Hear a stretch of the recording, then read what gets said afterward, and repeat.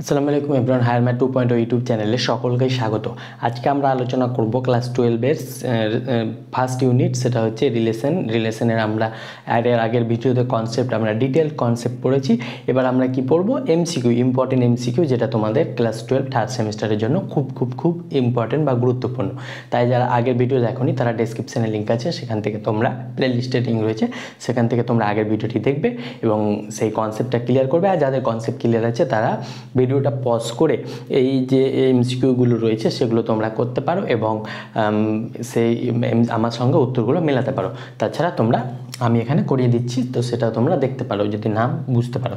তাহলে এক নম্বর কি বলছে, এ একটা সেট এবং এ সেটের ওপর একক সম্বন্ধ আই এ হলে, তাহলে আই এ আমরা কি বলেছিলাম? আই এ মিনস একক সম্বন্ধ কি বলেছিলাম? X comma X such that X belongs to A. তাহলে এর রিলেশনগুলো কি হবে? যদি 1 2 3 4 আছে তাহলে এখানে আই এ কী হবে? 1 1 2 2 থাকবে, 3 3 থাকবে আর 4 4 থাকবে। তাহলে এটা আর এগুলো ছাড়া আর কোনো কিছু থাকবে না, সেটা হয়ে যাবে একক সম্বন্ধ। আর রিফ্লেক্সিভ কী বলেছিলাম? এগুলো তো থাকবে, অন্যও থাকতে পারে এগুলো ছাড়া। তাহলে রিফ্লেক্সিভ আর এককের পার্থক্য, এগুলো সব কনসেপ্ট আমরা পড়িয়েছি। তো যারা দেখোনি তারা অবশ্যই ভিডিওটা দেখে নেবে। এবার বলেছে সম্বন্ধ হলে এ 1 2 belongs to I A, 2 2 belongs to I A, 2 1 3 4। তাহলে অবশ্যই 2 2 দেখো আই এতে আছে, তাহলে 2 2 বিলংস টু 2 2 একটা এলিমেন্ট, এটা আই এতে রয়েছে, তাহলে অবশ্যই 2 2 belongs to I. Option B আমাদের সঠিক আনসার। এই ধরনের অঙ্ক তোমরা বোর্ডের এক্সামে পেতে পারো, তাহলে সেখানে তোমরা দেখতে পারবে। 2 নম্বর বলছে এই একটা সেট 1 2 3 4 সেটের ওপর সংগত মোট সম্বন্ধ সমূহের সংজ্ঞা। তাহলে এটা আমরা ক্লাস 11-এ পড়েছি, তো 11-এর কনসেপ্টটাও তোমাদের কাজে লেগেছে। এখানে কি কোনো একটা সেটের সম্বন্ধ সমূহের সংজ্ঞা, টোটাল সম্বন্ধ সমূহের সংজ্ঞা হবে n of A into n of B, মানে number of element of A into number of element of B. কিন্তু এখানে এ সেট থেকে এ সেটেই বলেছে, এ সেট থেকে এ সেটে, তাহলে বি এর জায়গায় এ হয়ে যাবে, তাহলে number of element of A into number of element of A, মানে 2 to the power number of element কত আছে? এ 1 2 3 4টা, তাহলে 4 ইন্টু 4 মানে 2 টু দি পাওয়ার 16 হয়ে যাবে। তাহলে অপশন ডি আমাদের সঠিক অ্যান্সার। এটা একটা ফর্মুলা যে কোনো একটা সেটে যতগুলো এলিমেন্ট থাকবে তার সম্বন্ধ সমূহের সংখ্যা, বা সেটাকে আমরা পাওয়ার সেটও বলি। পাওয়ার সেট মানে সেট অফ অল সাবসেট সেটাকে বলা হয়, বা পাওয়ার সেট বলা হয়, বা সেট অফ অল সাবসেট। তাহলে সেট অফ অল সাবসেটের সংখ্যা অথবা সম্বন্ধ সমূহের সংখ্যা হয়ে যাবে 2 to the power n A into n B. যদি এ আর বি দুটো সেট হয়, এখানে এ সেটের ওপর বলেছে, তাহলে এ দুটো একই সেট, তাই 2 into 4 to the power 4 equal to 2 to the power 6। তাহলে অপশন ডি আমাদের সঠিক অ্যান্সার হবে। তাহলে 3 নম্বর বলছে এ একটা সেট থেকে বি ডি সেটে মোট সম্বন্ধ সমূহের সংখ্যা। দেখো এখানে কিন্তু 2 to the power n A into n B হবে। কেন? কারণ কি এখানে এ সেট থেকে বি সেটে বলেছে, মানে এ সেটে 3টে এলিমেন্ট, বি সেটে 2টো এলিমেন্ট। তাহলে নাম্বার অফ এন এ মানে number of element of A, number of element of A কত? 3টে। আর এন বি মানে number of element of B, তাহলে 2টো, তাহলে 2 to the power 6, 3 2 6, 2 to the power 6 কোথায়? অপশন এ আমাদের সঠিক অ্যান্সার। এবার বলছি 4 নম্বর বলছে 1 2 3 4 আর সম্বন্ধ নিম্নরূপে প্রদত্ত, মানে এইরকম একটা সম্বন্ধ দেওয়া আছে, তাহলে নিচের কোনটি সঠিক বলেছে? আর সম্বন্ধ সসম ও প্রতিসম কিন্তু সংক্রমণ নয়, 4টার মধ্যে কোনটা?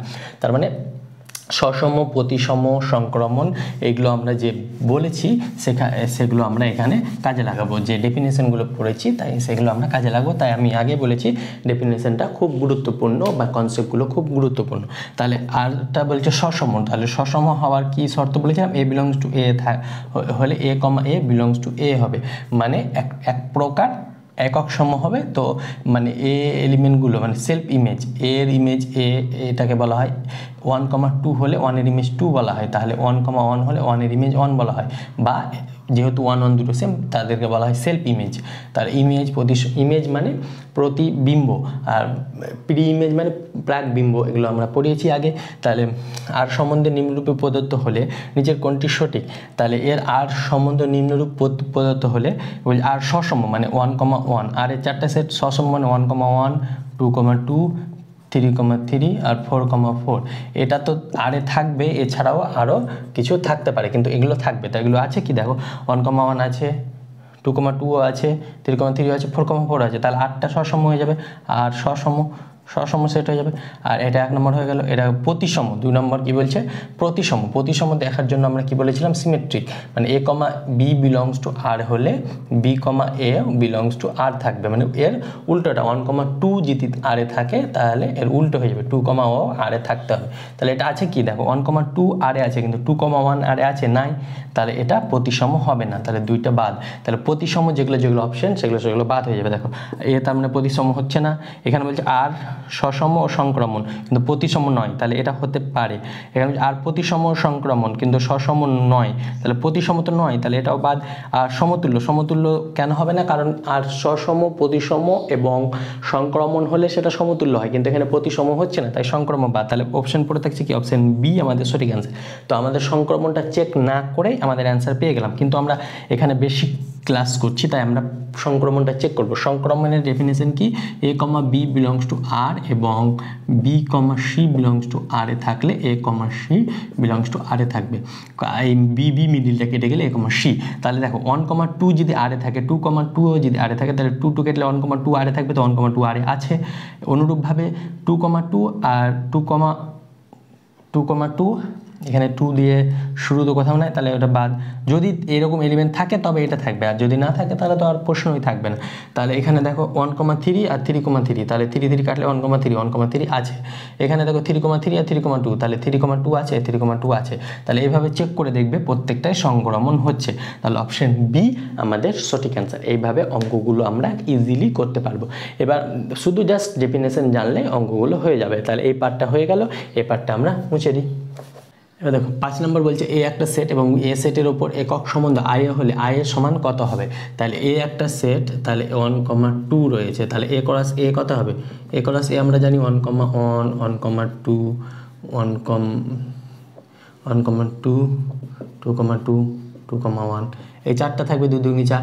তাহলে আই এর সম্বন্ধে আমরা কি জানি, X, such that X belongs to A, এটা আমরা জানি আই এ, তার মানে 1, 1 আর 2, 2 থাকতে হবে আই এ। তাহলে 1, 1, 2, 2 কোথায় আছে, অপশন বি আমাদের সঠিক অ্যান্সার, 1, 1, 2, 2 রয়েছে। এইভাবে অঙ্কগুলো করব।